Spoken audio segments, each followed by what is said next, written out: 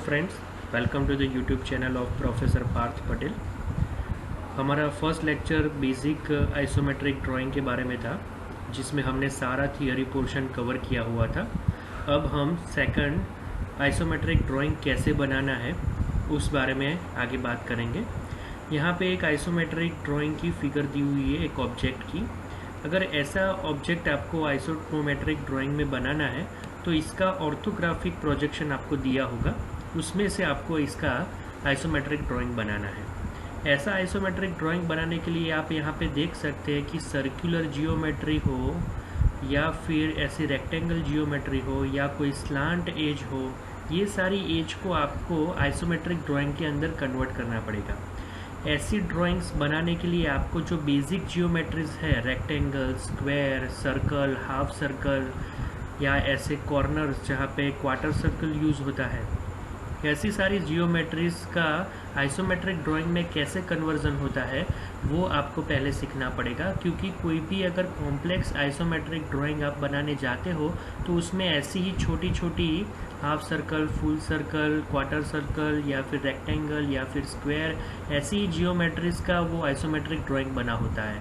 तो हम direct isometric drawing बनाना शुरू करें उससे पहले ये जो छोटी छोटी जियोमेट्रीज है जिसका आइसोमेट्रिक ड्राइंग सीखना बहुत ज़रूरी है, वो हम पहले सीखना शुरू करेंगे।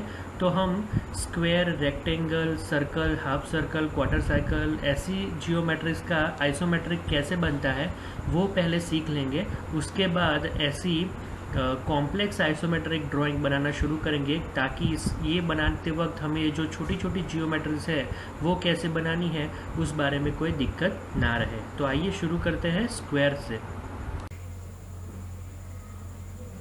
यहाँ पे एक स्क्वायर क्यूब का फ्रंट व्यू, टॉप व्यू और साइड व्यू का प्रोजेक्शन दिया है। अब हम जानते हैं कि स्क्वायर क्यूब हर एक तरफ से एक जैसा ही दिखता है, तो मैंने एक ही व्यू ड्रॉ किया है और उसका डायमेंशन भी दिया है 40 mm बाय 40 mm। अब इसका आइसोमेट्रिक ड्राइंग मुझे बनाना है क्यूब का।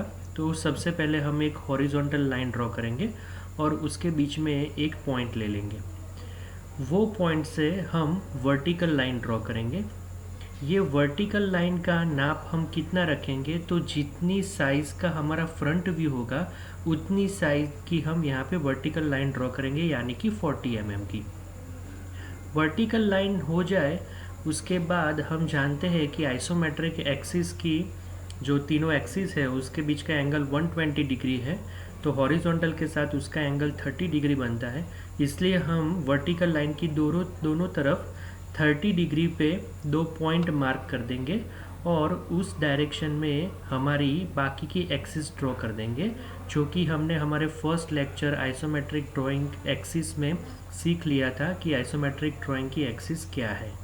तो जैसे हम ऑर्थोग्राफिक प्रोजेक्शन में आइसोमेट्रिक के ऊपर से ऑर्थोग्राफिक प्रोजेक्शन बनाते हैं, ऑर्थोग्राफिक प्रोजेक्शन बनाने के लिए पहले बॉक्स बनाते हैं जिसके अंदर हमें ऑर्थोग्राफिक प्रोजेक्शन करना है। सेम वैसे ही यहाँ आइसोमेट्रिक ड्राइंग बनाने के लिए सबसे पहले बॉक्स बना लेंगे। जो साइज़ का हमारा फ्रंट व्यू होगा वो साइज़ का बॉक्स हम यहाँ पे राइट हैंड साइड पे बनाएंगे।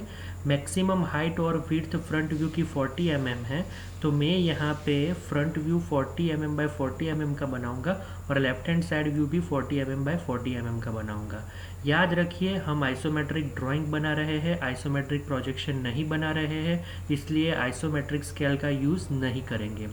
तो आप यहाँ पे देख सकते हैं कि 30 डिग्री पे मुझे हॉरिजॉन्टल लाइंस ड्रॉ करनी है और वर्टिकल लाइंस यहाँ पे ड्रॉ करनी है। तो ये मेरा फ्रंट व्यू का बॉक्स बन गया, साथ ही साइड में मेरा साइड व्यू का बॉक्स भी बन गया है।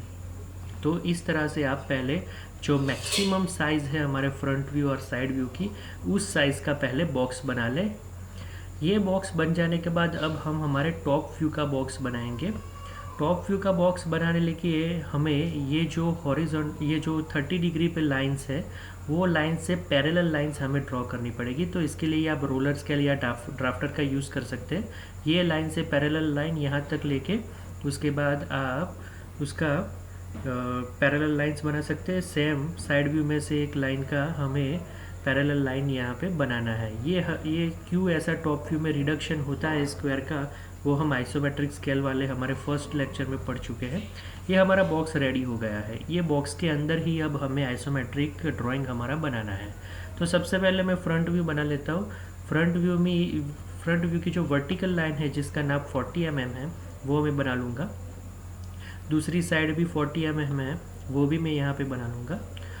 सेम जो हॉरिजॉन्टल लाइंस है वो हॉरिजॉन्टल लाइंस हमें ये 30 डिग्री वाली लाइंस पे बनानी है। तो इस तरह से 30 डिग्री वाली लाइंस पे बना के हम मेरा ये फ्रंट व्यू कंप्लीट हो गया।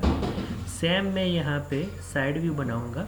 साइड व्यू की जितनी भी आउटलाइंस है वो आउटलाइंस भी मैं यहाँ पे मार्क कर रहा हूँ। ये जो भी मैं स्केच पेन से ड्रॉ कर रहा हूँ वो सब आपको 2H पेंसिल से ड्रॉ करना है, और जो भी मैंने सिंपल पेंसिल से ड्रॉ किया है वो आपको H वाली पेंसिल से ड्रॉ करना है, क्योंकि वो रेफरेंस लाइंस है। रेफरेंस लाइन को हम डार्क नहीं कर रहे हैं, आउटलाइन को ही सिर्फ डार्क करते हैं। तो इस तरह से हम टॉप व्यू की आउटलाइंस भी बना रहेंगे। तो यहाँ पे आप देख सकते हैं कि 40 mm बाय 40 mm का जो क्यूब है वो क्यूब का हमने आइसोमेट्रिक ड्राइंग बना लिया है। ये हमारा फ्रंट व्यू है, ऊपर का हमारा टॉप व्यू है, और ये हमारा साइड व्यू है। तो इस तरह से आपका क्यूब कंप्लीट होगा। ये जो दो लाइन है वो दो लाइन के बीच का एंगल 30 डिग्री हमको पहले से रखना है। सेम लेफ्ट साइड में भी जो इंक्लाइन लाइन बनाई है वो लाइन हमने 30 डिग्री पे बनाई है, और ये आइसोमेट्रिक ड्राइंग है। यहाँ पे आइसोमेट्रिक क्यूब का कंप्लीट होता है।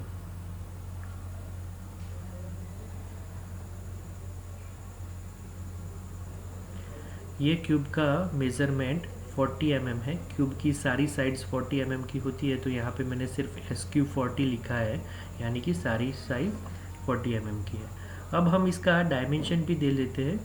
डायमेंशन देने के लिए हमको पता है कि हम कोई भी लाइन का डायमेंशन देते थे ऑर्थोग्राफिक में, तो वर्टिकल लाइन का डायमेंशन देने के लिए हम हॉरिजॉन्टल एक्सटेंशन लाइन बनाते थे, लेकिन आइसोमेट्रिक में वर्टिकल लाइन का डायमेंशन देने के लिए उसके साथ में जो 30 डिग्री वाली लाइंस है उसी लाइन को एक्सटेंड करके हम एक्सटेंशन लाइन बनाएंगे, और वो दो एक्सटेंशन लाइन के बीच में डायमेंशन लाइन आएगी, और डायमेंशन लाइन के ऊपर हमें उसका डायमेंशन लिख देना है 40 mm।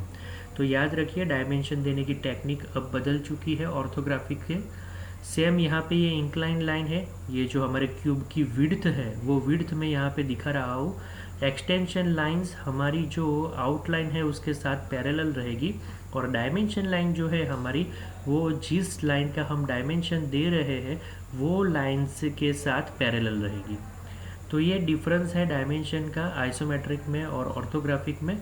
अगर यही लाइन का डायमेंशन ऑर्थोग्राफिक में देते तो हम परपेंडिकुलर एक्सटेंशन लाइन बनाते थे, लेकिन यहाँ पे हम उसी डायरेक्शन में एक्सटेंशन लाइन बनाते हैं। अब थिकनेस क्यूब की, तो ये जो हमारी लाइन है उसी लाइन में एक्सटेंशन लाइन, दूसरी लाइन है उसी लाइन में ही एक्सटेंशन लाइन, और ये दोनों एक्सटेंशन लाइन के बीच में जो डायमेंशन लाइन बनाएंगे वो डायमेंशन लाइन हमारी आउटलाइन के साथ पैरेलल होनी चाहिए।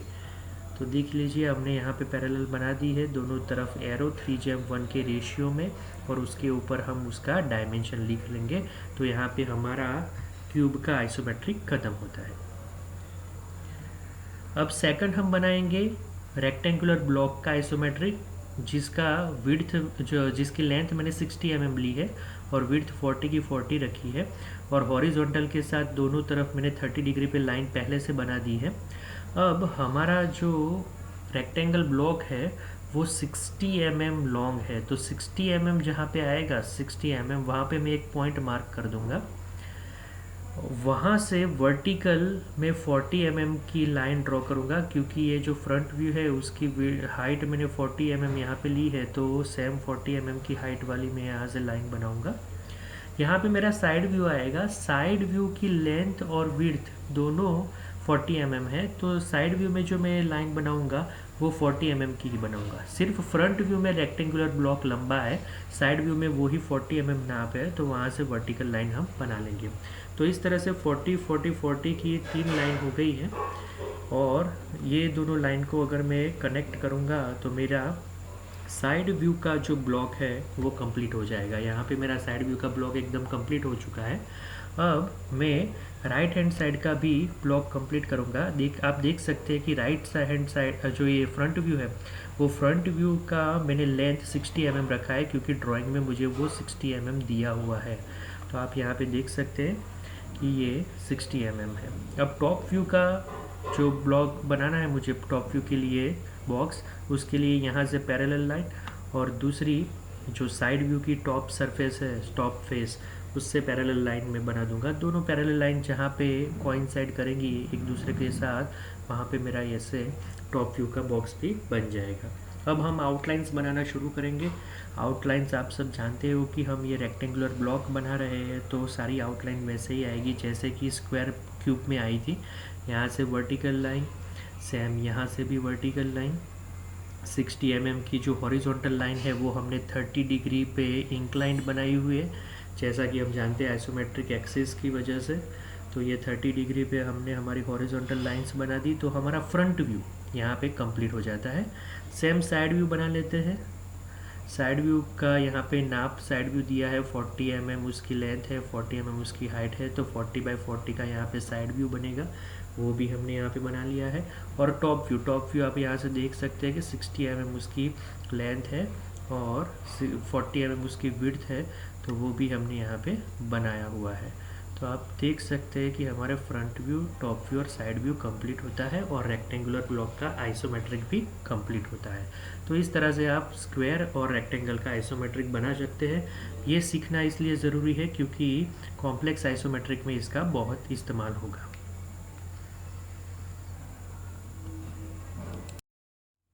तो हमारी ये जो आइसोमेट्रिक फिगर है, ये आइसोमेट्रिक फिगर में रेक्टेंगुलर जितनी जियोमेट्रीज है, जैसे भी आप यहाँ पे साइड व्यू में देख सकते हैं, यहाँ पे फ्रंट व्यू में देख सकते हैं, यहाँ पे भी देख सकते हैं, तो ये सारी रेक्टेंगल जियोमेट्री कैसे बनानी है वो अब हमने देख ली है।